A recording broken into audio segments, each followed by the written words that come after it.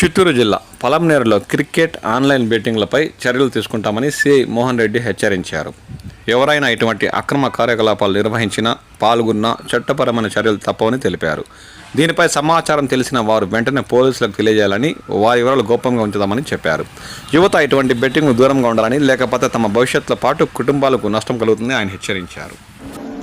మనకు ఈ ఐపీఎల్ గురించి కొద్దిగా టౌన్ లో యూత్ వీళ్ళు ఆన్లైన్ లో కొంతమంది, ఆఫ్లైన్ లో కొంతమంది ఆడుతున్నారనే ఇన్ఫర్మేషన్ ఉంది. వాళ్ళకు సివియర్ గా వార్నింగ్ చేస్తున్నాము. ఎట్టి పరిస్థితుల్లోనూ గ్యాంబ్లింగ్ గానీ, బెట్టింగ్ గానీ ఇట్లాంటి దాంట్లో జోన్లోకి పోతే ఖచ్చితంగా దానిపైన పోలీస్ డిపార్ట్మెంట్ సీరియస్ యాక్షన్ తీసుకుంటది. అది ఫస్ట్ లో ఏదో చిన్నగా స్టార్ట్ అయ్యి జీవితాలను నాశనం చేస్తుంది. కాబట్టి అందరికీ మా విజ్ఞప్తి at the same time warning కూడా, ఎటువంటి పరిస్థితుల్లో ఈ ఊపిలో దిగద్దని చెప్పి పోలీస్ డిపార్ట్మెంట్ తరఫున నా విజ్ఞప్తి. Thank you.